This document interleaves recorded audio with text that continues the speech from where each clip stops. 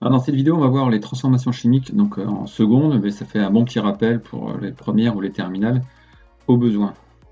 Alors, on va voir le modèle des transformations chimiques, qu'est-ce que c'est en fait? Pour ça, on va prendre des vidéos, on va voir 5 expériences en fait. Donc là, on a un produit qui est violet, peu importe son nom, ça s'appelle permanganate de potassium, et il a été ajouté à de l'acide oxalique, donc un autre produit qui était incolore au début. Et au bout d'un certain temps, donc en accéléré, on voit que la partie violette disparaît. Donc ça veut dire que le produit violet donc, a été consommé. Et même à la fin, il me semble qu'il va complètement disparaître.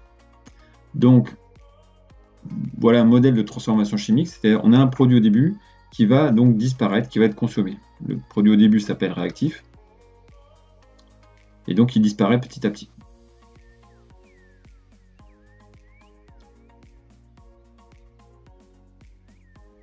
Voilà, la couleur violette a totalement disparu. Qu'est-ce qu'une transformation chimique? En fait, ce sont des produits de départ qui s'appellent les réactifs et vont disparaître. Ensuite, les produits d'arrivée donc s'appellent tout simplement les produits et ils apparaissent. Donc quand on utilise le terme produit, faites attention, il est exclusivement pour les nouveaux produits qui apparaissent pendant qu'il y en a d'autres qui ont disparu et qui s'appellent les réactifs. Ici, vous avez du sucre avec de l'acide sulfurique, le sucre bien blanc, avec de l'acide sulfurique. Il va se retrouver carrément carbonisé en fait. Il y a une réaction très chaude et exothermique qui va carrément brûler le sucre en fait, et on va voir le carbone qu'il y avait dans le sucre. Pourquoi ça gonfle? Parce qu'en fait, il y a des vapeurs d'eau qui vont se développer, et ces vapeurs d'eau vont créer des bulles, et donc une espèce de mousse en fait. Là, vous avez du césium qui est dans l'eau. Le césium, c'est un métal de la première colonne de la classification, comme le sodium. En fait, il a une réaction extrêmement violente et rapide avec l'eau. Donc, ils ont été obligés de filmer avec une caméra hyper rapide pour avoir un super slow motion. Les couleurs violettes veut dire que y a des ions OH- donc qui ont été fabriqués. Donc à nouveau des choses disparaissent, des choses apparaissent. Ici vous avez deux produits incolores et tout d'un coup il y a un produit coloré qui va se mettre à apparaître. Voilà. Donc un nouveau produit est apparu.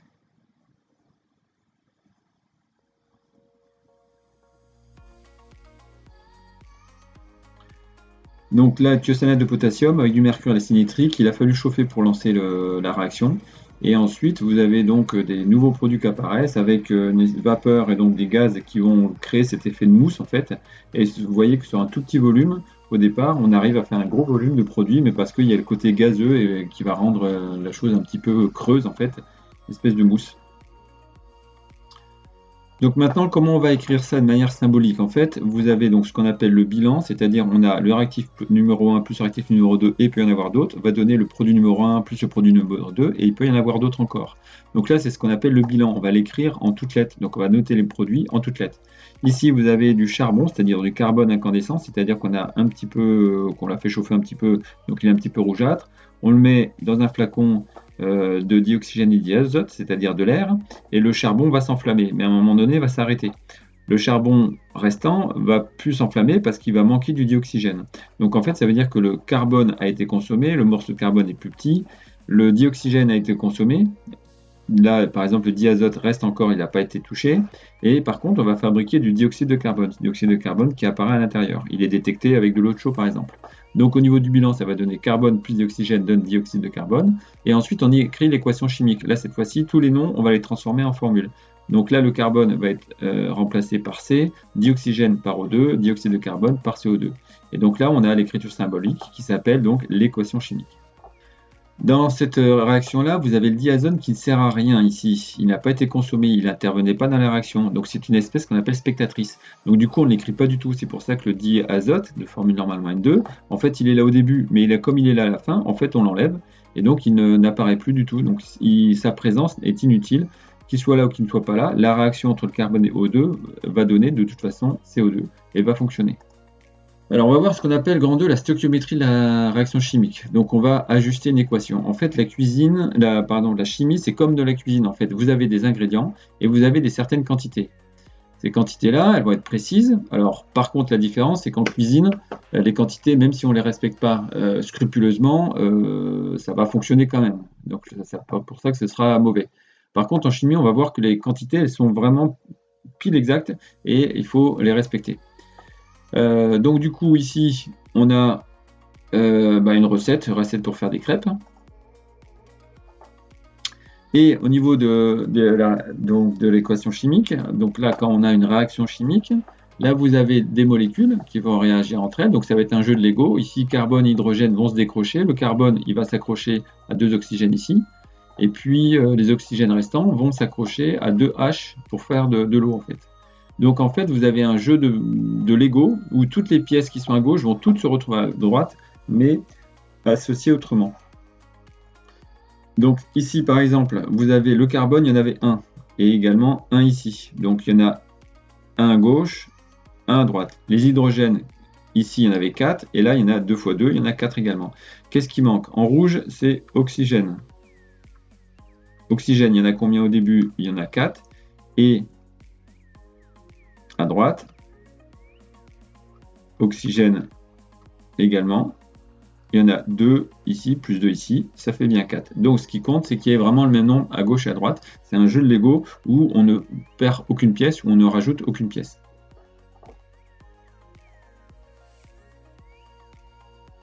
Alors, donc vous avez vu que dans la chimie, en fait, comme on ne peut pas perdre aucune pièce, c'est-à-dire aucun atome, on est obligé des équations, de les ajuster en écrivant des nombres devant les formules.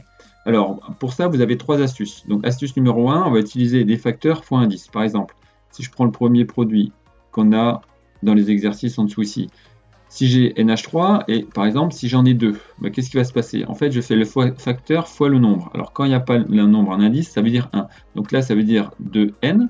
Et quand je fais 2 fois 3 pour les H, et ben là, ça va me faire 2 fois 3, ça fait 6H. Donc, on va tout le temps travailler avec le facteur devant, qui porte un nom, on verra tout à l'heure, et les nombres en indice. Quand il n'y a pas de nombre, ça veut dire que c'est 1. Deuxième astuce, on va croiser les nombres. C'est-à-dire que, par exemple, là, il y a H3 et là, il y a H2. Donc, pour qu'il y ait le même nombre, en fait, ce qu'on peut faire, c'est croiser, c'est-à-dire mettre 2 ici et mettre 3 ici. Comme ça va faire 2 fois 3, ça fera 6. Et là, 3 fois 2, ça fera 6 aussi. Donc, en croisant les nombres, on est sûr d'avoir le même nombre. Troisième astuce, finir par les espèces les plus simples, c'est-à-dire qui n'ont qu'un seul élément chimique. Donc par exemple ici, il faudra finir par O2, puisque là j'ai du N et du H, 2 éléments chimiques. Là j'ai du N et du O, 2 éléments chimiques. Là j'ai du H et du O, 2 éléments chimiques. Là par contre j'ai que du O, peut-être 2 fois, j'ai 2 atomes d'oxygène, mais j'ai qu'un seul élément chimique. Donc il faudra finir par lui. Donc maintenant on va réaliser les équations. Et donc les rendre justes. Pourquoi les rendre justes? Parce que souvent elles sont fausses. Ici par exemple, N, j'ai pas de nombre avant, pas de nombre après, ça veut dire j'ai 1 fois 1. En N, j'ai 1 aussi. En H, j'ai 3. En H, par contre, j'ai 2. Donc on voit que c'est faux. Donc ce que je vais faire, c'est que je vais donc ajuster, faire en sorte qu'il y ait le même nombre. Donc on a dit tout à l'heure, quand j'ai deux nombres différents, on les croise, donc ça fait 2 et 3. Voilà. Maintenant, en N, j'ai 2 N ici, et là j'en ai qu'un, donc il faut que je corrige. Donc j'arrive à 2. Et on a dit qu'on s'occupe de l'oxygène en dernier. Donc je vais m'occuper maintenant de l'oxygène. Donc là en oxygène, j'ai 2 fois 1, ça m'en fait 2. Et là j'ai 3 fois 1, ça m'en fait 5. Donc en tout, j'en ai 5 à droite. Donc il m'en faut aussi 5 à gauche. Mais comme j'ai un 2 ici, je vais mettre 5 sur 2. Donc ça fait 2,5. Alors pourquoi maintenant je peux mettre des nombres à virgule? Parce qu'en fait, avant, dans les équations, on travaillait sur les molécules, et des molécules, on ne peut pas les couper, on ne peut pas avoir moitié de molécules. Maintenant, on va parler de mole de molécules, c'est-à-dire de paquets de molécules. Et un paquet, je peux en prendre un demi-paquet. Donc, ça ne pose pas de problème maintenant d'avoir des nombres à virgule ou des nombres à fraction comme ceci. Deuxième équation. En C, 1, 1, c'est bon. En O, j'ai 1 plus 4, ça fait 5, et là, j'ai que 2. Ensuite, en F, par exemple, là, j'ai 3 et là j'ai 1. Donc le F ici, c'est lui qui a un seul élément chimique, donc je vais finir par lui. Je ferai lui en dernier.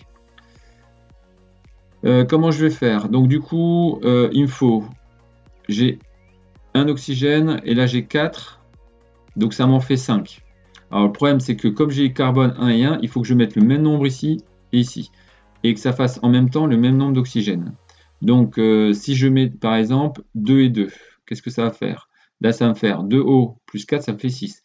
Et là, j'ai 2 fois 2, ça me fait 4. Donc, j'ai pas le même nombre. Donc, je vais passer au nombre suivant. Je vais mettre 3 et 3.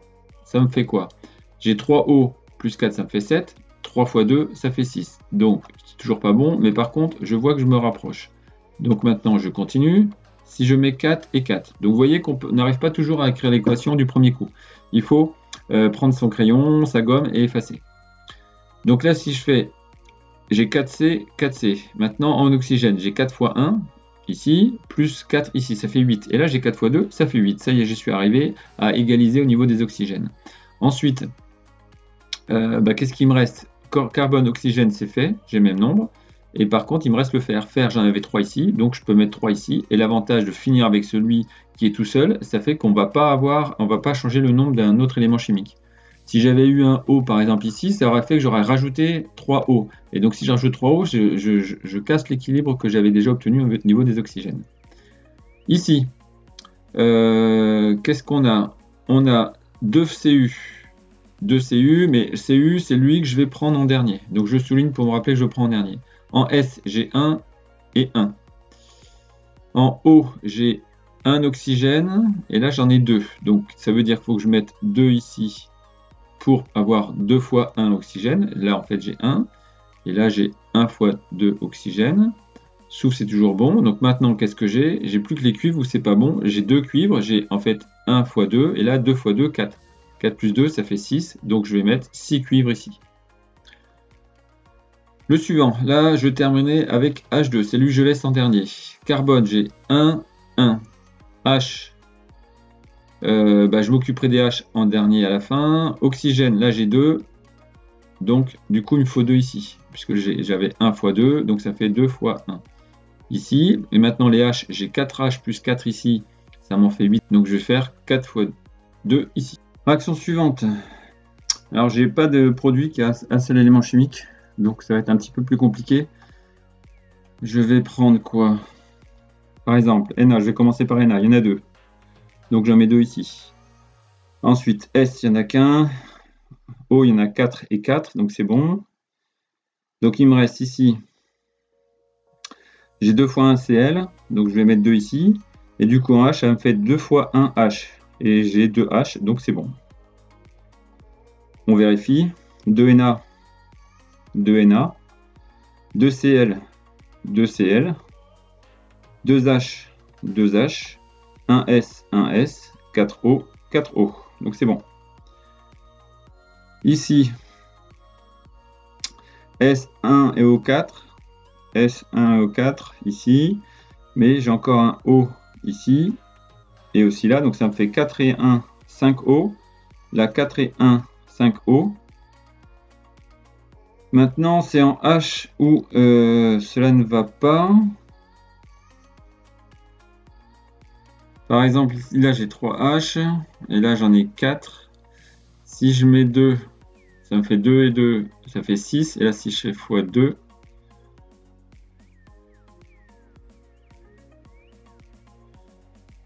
ça va pas.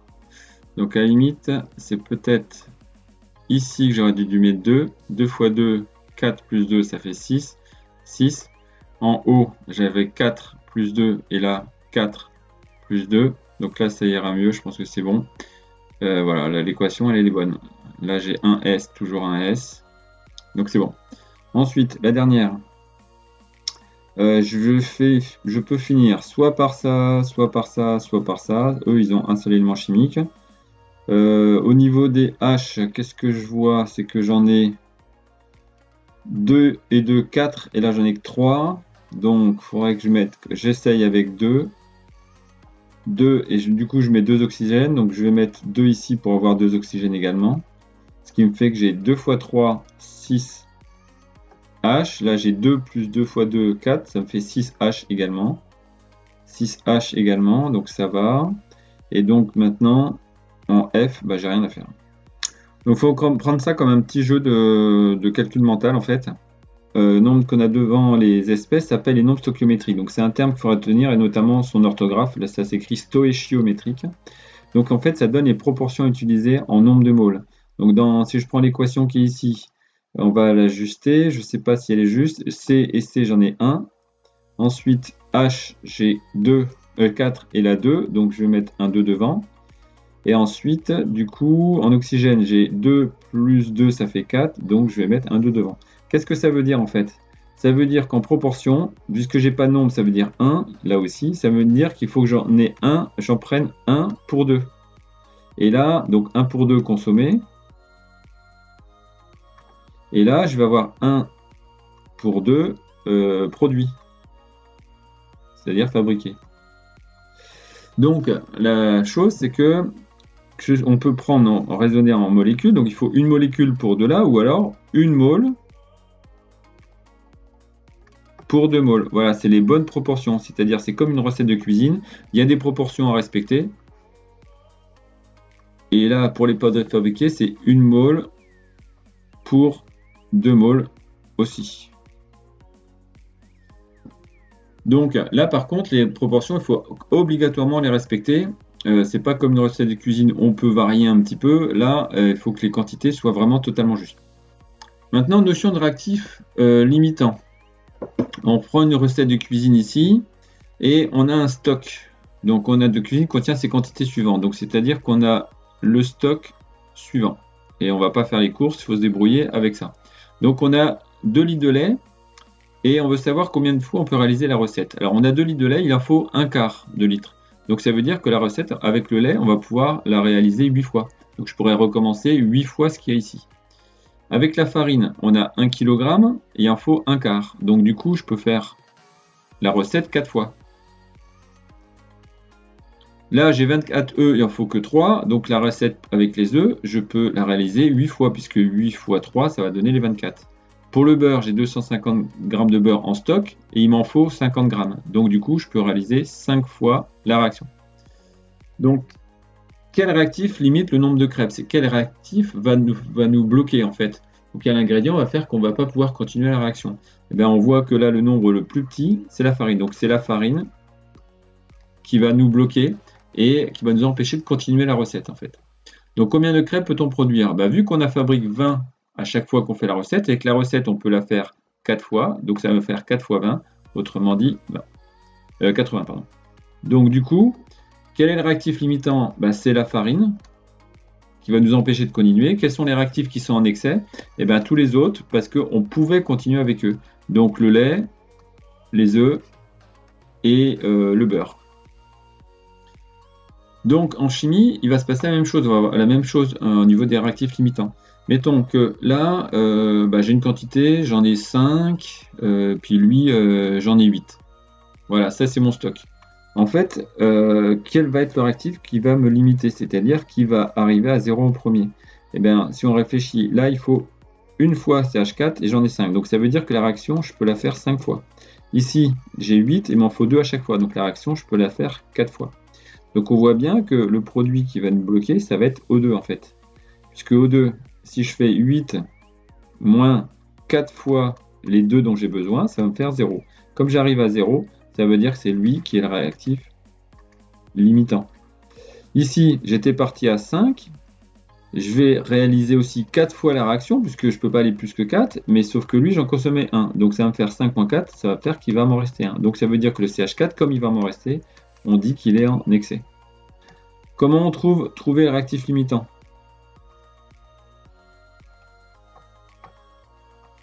Il suffit de prendre le stock et on divise par ce dont on a besoin dans l'équation.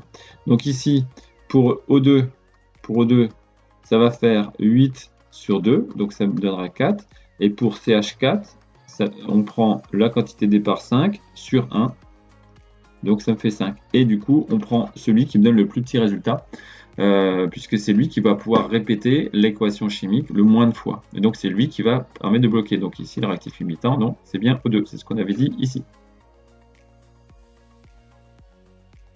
Ensuite, troisième partie, effet thermique de transformation. On a des réactions qui sont exothermiques. Qu'est-ce qu'elles font? Elles dégagent de l'énergie, elles libèrent de l'énergie et réchauffent l'extérieur. Donc généralement, il faut les allumer au début et puis après la chaleur qu'elles entraînent va permettre d'entraîner le reste de la combustion ici. Ça, c'est les exothermiques. Ça envoie de l'énergie à l'extérieur. Donc, ça va nous servir pour nous réchauffer. Ensuite, vous avez les réactions endothermiques. Donc là, les réactions qui ont besoin d'énergie, elles réclament de l'énergie de l'extérieur, elles vont le refroidir. Ici, une réaction qui était à 20 degrés, elle va passer à 5 degrés. On va voir donc cette petite vidéo. Voilà, on a juste de l'eau sous le verre.